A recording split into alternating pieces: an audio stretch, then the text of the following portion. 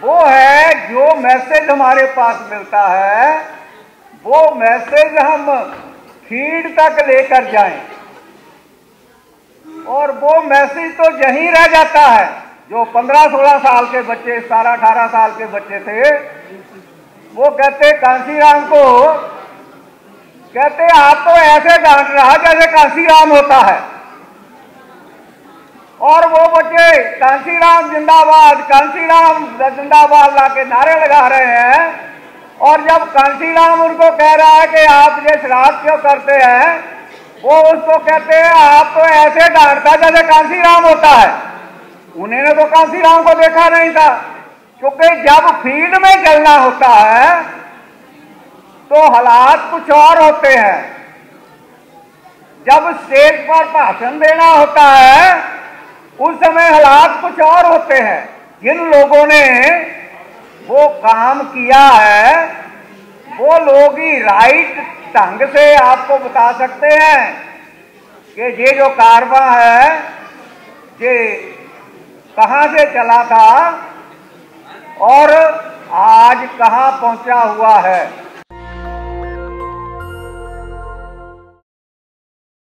हमारे अंदर जितनी देर तक पेशेंस सुनने की नहीं आती उतनी देर तक हम देख भी नहीं सकते, क्योंकि नेचर ने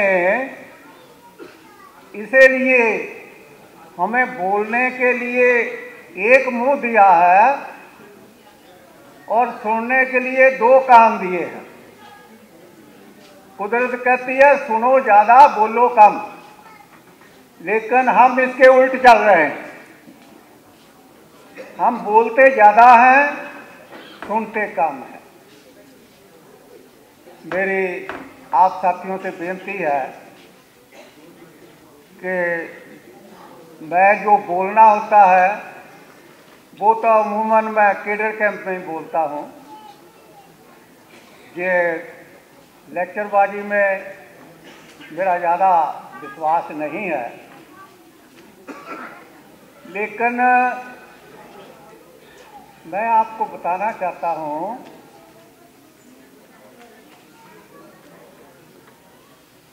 कि हम नदियाँ देखते हैं, नाले देखते हैं, हम नदी पर जाने के लिए पानी के झरने देखते हैं। जो पानी के झरने से पानी निकलता है केवल वो ही नदी अपने साथ लेकर समुद्र में मिल सकती है। नदी अपने आप कभी पानी लेकर समुद्र तक नहीं जा सकती। पानी झरने से निकलना है और झरना हर था नहीं होता।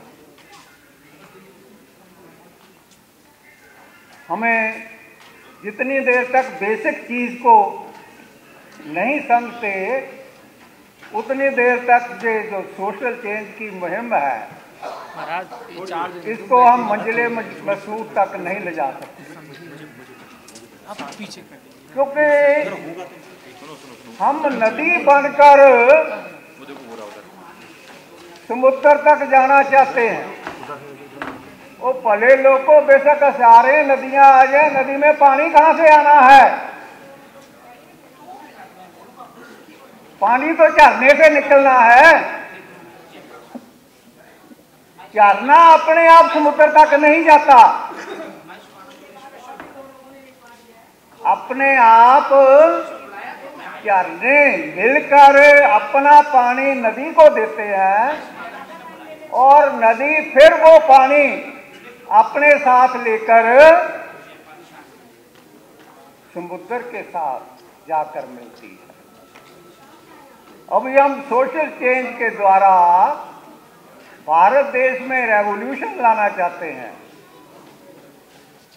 रेवोल्यूशन लाने के लिए पहले जो होमवर्क करना है उसकी तो हमें जानकारी होनी चाहिए, क्योंकि मैं इस करके ही 5-7-10 मिनट में अपनी बात हमेशा ख़त्म करता हूँ, क्योंकि जो हमारे जोशीले भाषण वाले लोग हैं उनका हम भाषण बहुत प्रेम से सुनते हैं। देखो ना, अभी हमारे साथ 2 वक्ता बोलकर गए। एक वक्ता 35 मिनट बोला, दूसरा वक्ता 40 मिनट बोला, और हम बहुत इतिहास से उनको सुनते रहे। जो उन्होंने कहा है वो बात हमने फील्ड तक ले जानी है। इसके लिए क्या हम तैयार हुए? क्योंकि जो हमारा काम है वो है, जो मैसेज हमारे पास मिलता है वो मैसेज हम फील्ड तक लेकर जाएं, और वो मैसेज तो यहीं रह जाता है, यहीं सिर्फ वो तालियां लगाकर और उसके साथ हाँ भाई वाह कर वो यहीं रह जाता है। हमारी जिम्मेदारी है कि ये जो संदेशा इधर हमें मिला है उसको हम समाज तक लेकर जाएं। लेकिन समाज तक ले जाने के लिए हमें अपना समय और अपने साधन लगाने पड़ते हैं। जितनी देर तक हम अपना समय और साधन समाज के लिए लगाने के लिए तैयार नहीं होते, उतनी देर तक ये समाज परिवर्तन का कार्य नहीं हो सकता। इसलिए एक सूझवान, निर्छल और समर्थ व्यक्ति जिसने बनना है उसके लिए 5 मेन कार्य हैं, और उन कार्यों को किए बगैर हम सोशल रेवोल्यूशन नहीं ला सकते। पहला काम है कि व्यक्ति की खुद के साथ मुलाकात होनी बहुत जरूरी है। हम बाहर देखते हैं लेकिन देखना हमने अंदर है, लेकिन अंदर अंधेरा है और अंधेरे में कुछ दिखता नहीं है। हमारी जरूरत अंधेरे में देखने की है, लेकिन हमें आदत पड़ी हुई है जहां रोशनी है वहां ही देखना है। इसलिए एक सूझवान जो व्यक्ति है उसकी पहली जिम्मेवारी होती है इस जानने की, इस जानकारी की कि मैं कौन हूं। पहले हमने ये देखना है कि मैं कौन हूं। जो काम मैं करना चाहता, देखना चाहता हूं, क्या वो करने के लिए मैं तैयार हूं, या दूसरे वो करते रहें और मैं जाकर फिर उधर जाकर वो ठप्पा लगा दूं कि ये मैंने किया है। इससे वो काम नहीं होना। और दूसरी चीज है कि व्यक्ति को बाहरी जीवन प्रति क्रांतिकारी बना देना, ये समझा देना कि मैं खुद बदलकर ही वातावरण को बदल सकता हूं। हम वातावरण को बदलना चाहते हैं, लोग ऐसा करें। क्या मैंने अपने खुद को बदल लिया और खुद को बदलकर जो वातावरण में लाना चाहता हूं, क्या मैं उस वातावरण में पहुंच गया? जितनी देर तक जो परिवर्तन मैं दूसरों में लाना चाहता हूं, वो परिवर्तन अपने में लाकर नमूना बनकर लोगों को नहीं दिखाता, उतनी देर तक भाषणबाजी से बात बनने वाली नहीं है। मैं ये 1981 की बात आपको बताता हूं कि जब बांजो कांशीराम जिन्होंने ये कार्य चालू किया था मॉडर्न जमाने में, तो वो कहते हैं हम देश भर में साइकिल मार्च चलाना है। साइकिल मार्च चलाने के लिए हमने जलंधर से कश्मीर में जम्मू तक साइकिल मार्च का प्रोग्राम बनाया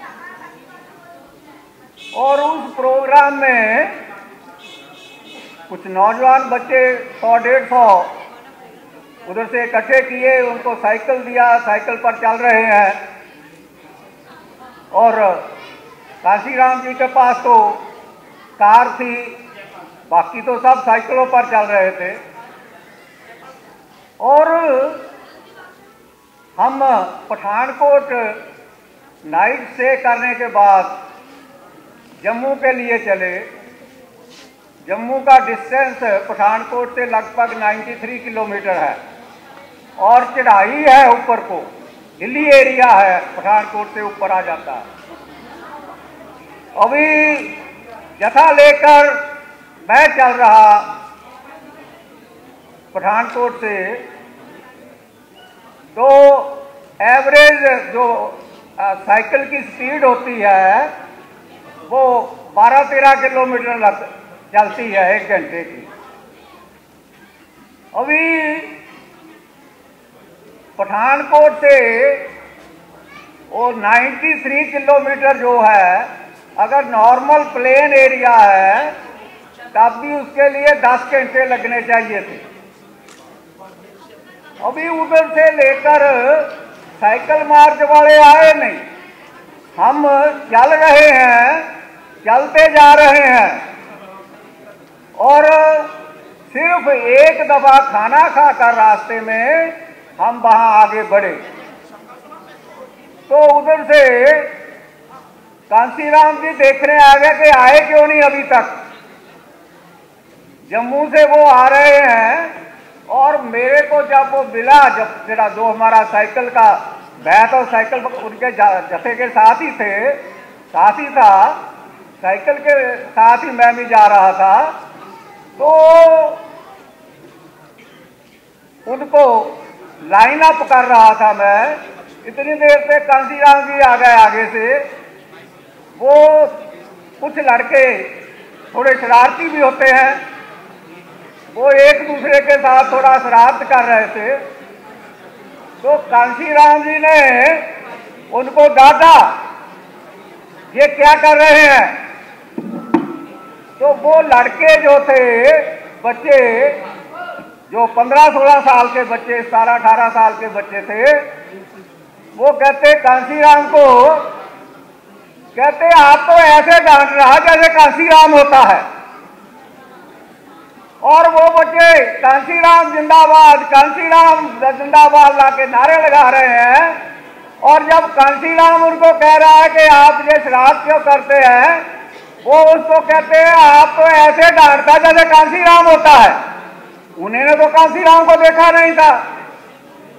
तो कांशीराम मेरे को कह रहा, तेजिंदर सिंह इनको बताओ मैं कौन हूं। क्योंकि जब फील्ड में चलना होता है तो हालात कुछ और होते हैं, जब स्टेज पर भाषण देना होता है उस समय हालात कुछ और होते हैं।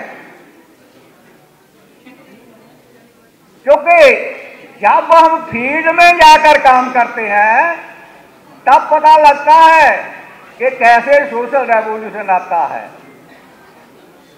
और जिन लोगों ने वो काम किया है वो लोग ही राइट ढंग से आपको बता सकते हैं कि ये जो कारवां है ये कहां से चला था और आज कहां पहुंचा हुआ है। क्योंकि आज हमें भी लोग ऐसा सोचते हैं, बहुत लोग बताते हैं, कहते हैं कि इतनी देर हो गई, ये पैगाम नाम की संस्था जो है ये 2008 में बनाई थी। 2008 में पैगाम बनाकर ये आज 24 हो गया, इसका मतलब 16 साल हो गए। पैगाम के माध्यम से हम देश भर में लगे हुए हैं लोगों को जगाने के लिए। कहां पहुंचा पैगाम का सिस्टम? पैगाम के माध्यम से हम कहां गए, कहां तक पहुंच चुके हैं, ये जो तेजिंदर सिंह के साथ लोग लगे हुए हैं केवल वो ही जान सकते हैं। क्योंकि किन किन मुश्किलों के साथ उनको फील्ड में जाकर काम करना पड़ा और आज भी लगे हुए हैं और आज वो देख रहे हैं कि जो बात बताई थी, जो जिस ढंग से आगे बढ़ना था उस ढंग से बढ़ने से हमने क्या क्या गलतियां करी, वो गलतियां अब आगे ना हो उसके लिए हम बहुत संभल कर काम कर रहे हैं। इसलिए हमने ये देखना है कि झरने के माध्यम से पानी जो है वो कुछ ही लोगों को लाभ पहुंचा सकता है और जब अनेका छोटे छोटे झरने मिलकर एक नदी बन जाती है और वो नदी हजारों मीलों तक गांव को, शहरों को, कस्बों को और लाभ पहुंचाती हुई अपनी मंजिल तक पहुंच जाती है। इसलिए हम एक ऐसी कंटिन्यू चलने वाली नदी तैयार कर रहे हैं, जो नदी, उस नदिया में जो व्यक्ति भी आगे बढ़ेगा वो व्यक्ति अपनी मंजिल तक जा सकेगा। नेशनल दस्तक की आपसे गुजारिश है कि अगर इसको बचाना चाहते हैं तो नेशनल दस्तक को सब्सक्राइब करने के लिए रेड कलर के सब्सक्राइब बटन को दबाएं, फिर बेल आइकन की घंटी दबाएं। नेशनल दस्तक को बचाने के लिए बहुत जरूरी है कि हर खबर को शेयर करें, लाइक करें, कमेंट जरूर करें।